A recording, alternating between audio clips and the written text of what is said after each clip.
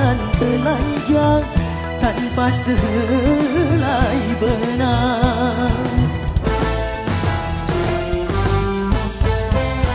Kemudian berkat rahmatnya Tuhan, kau bisa jadi orang.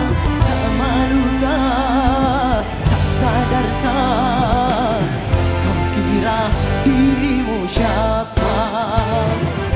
Hei, tidakkah kau perhatikan dari apakah dirimu dijadikan?